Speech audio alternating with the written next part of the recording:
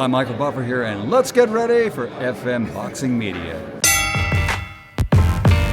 Frankie Morgan here from FM Boxing Media. Today, that don't look good on camera. I'm happy your hand running it then. I think I care because if you saw it, definitely would shook my hand. You know, shaking Sonny Edwards' hand is like back in the day shaking Frank Sinatra's hand, isn't it? You know, like the boxing. Is that the level we're on? No, that's what they say to me anyway. Right, basically. I don't know how true it is. I'm gonna. Spence one of told me. What's going on, mate? I'm getting excited. What I'm going to try and do in this interview is get the longest queue that I can possibly get for interviews with Sonny afterwards, because I know Sonny likes me getting queues for him. Is that something you enjoy? No. Right, straight to the point today. Already got one. We've obviously had the press conference. Now, we know that you... Lights off, like? All the lights are off, yeah. We know that during your press conferences you showed respect at times, you showed disrespect at times, but today, do you think maybe what Chris Eubanks said about Nigel Benn might be that step further than maybe even the egg? Yeah, it was a bit, you know, aggressive nature to tell someone's 60-year-old dad that if you touch me again, you ain't gonna get your hand back, but. We were in the fight business.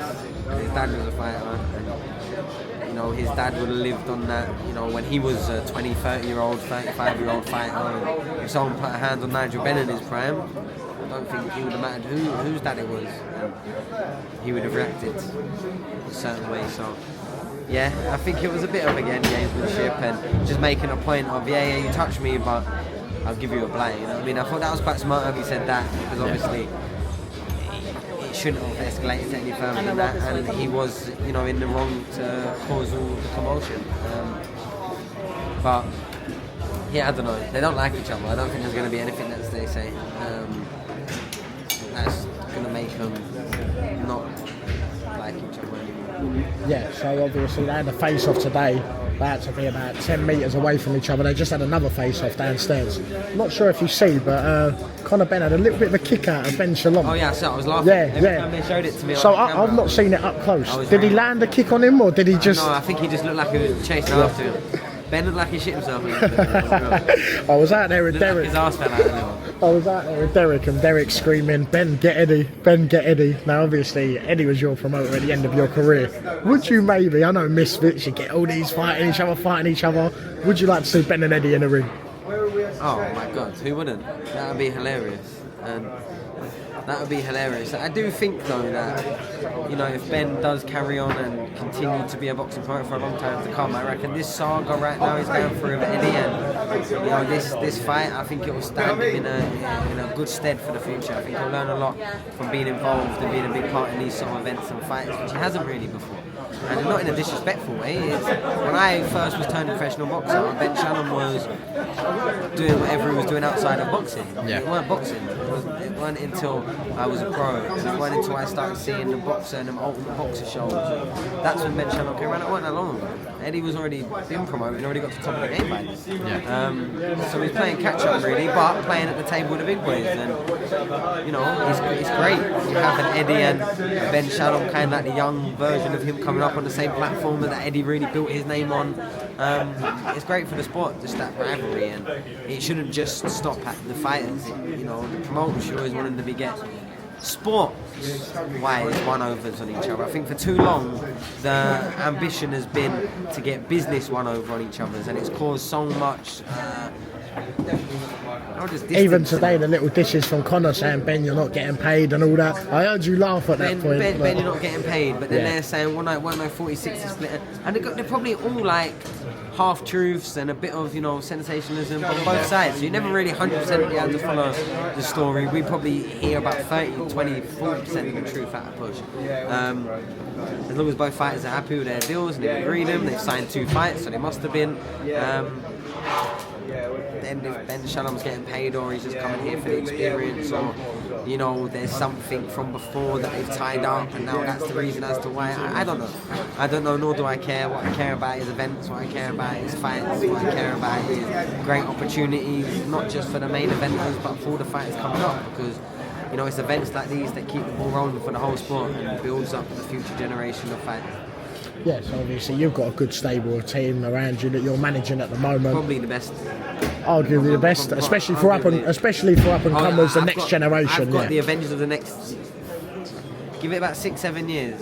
The fighters that I'm working with right now, I'm talking your Ed Hardys, your Giorgio Vicioli's, your Leo Watangs, Brandon Scott. I'm talking. There's more that I've already got. There's more that are already doing them, but maybe a bit older, so I want to mention them as well. Yeah. And there's more that are hopefully coming. Even Thomas Asomba.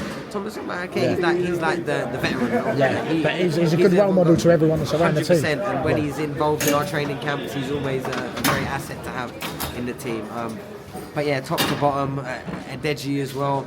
Like I said, they're working with a good stable. You've got too many, you're forgetting them now. I'm not even forgetting them, it's just like, I was only going to name like a couple of them. Now you're going all in. Ishmael Davies, like, come on, what are we talking about? Like, who have fight news coming very, very shortly. Will Ishmael get a full camp this time round? Yeah. Because that's all we want to see. He's already in camp. Because obviously he's always in the thing camp. Is with Ish, even though he's not had a proper camp, he's given himself the best chance. He doesn't stay far off. Yeah. In the sense of he likes training, he likes going to the gym, he likes getting better. Yeah. So just the fact that he was actually meant to be fighting in 2 months, and now they brought it to less than 2 weeks. He's a fighter that can really do that and feel confident doing it. Doesn't mean he's going to be his best in there, but he's willing to do that. And okay, look, he's come back-to-back defeat, but his stock and name is higher now than any other point in his The first defeat, a lot of people had it the other way or had it close. I had it very close. I thought Josh did just nick it. But that's what he did. He nicked it. He didn't win it. He didn't punch his victory. Yeah. He didn't. You stood Ish next to Josh at the 12th round. One looked like they just fought 20 people, and one looked like they hadn't had a fight yet. Yeah.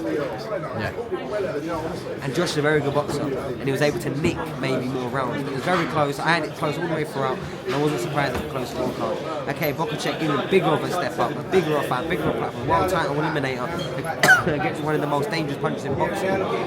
One of the most avoided fighters as well. Won the first round clear, and then got caught with a shot. Then he was questioning whether he's at that level or not. Look at the first round, you'll see you're at level. Look how you survived the next 5-round onslaught. You're at the level. But at that level, what you can't do is get your brain discombobulated so early on, because then you're digging yourself out of a hole. Could we maybe see that fight again on a full camp, Ishmael Davies? Probably more the Josh Kelly one on the Bokacek. He'll go on to fight for world titles. And look, Ish is meant to be fighting at English-British level right now. Yeah. But with his ambition and the fights offered to him, he's fought his last 2 fights at world-ish level, there or thereabout. And yeah, it's a pleasure to be working with these fighters. And real fighters only 100,000 times, and another 100 years. Sonny, I don't want this queue to get too big. I know you've got places to be tonight, so I'm going to let you shoot off. I want to say thank you very much again for the interview, same as always. Lovely to see you, and I'll see you soon.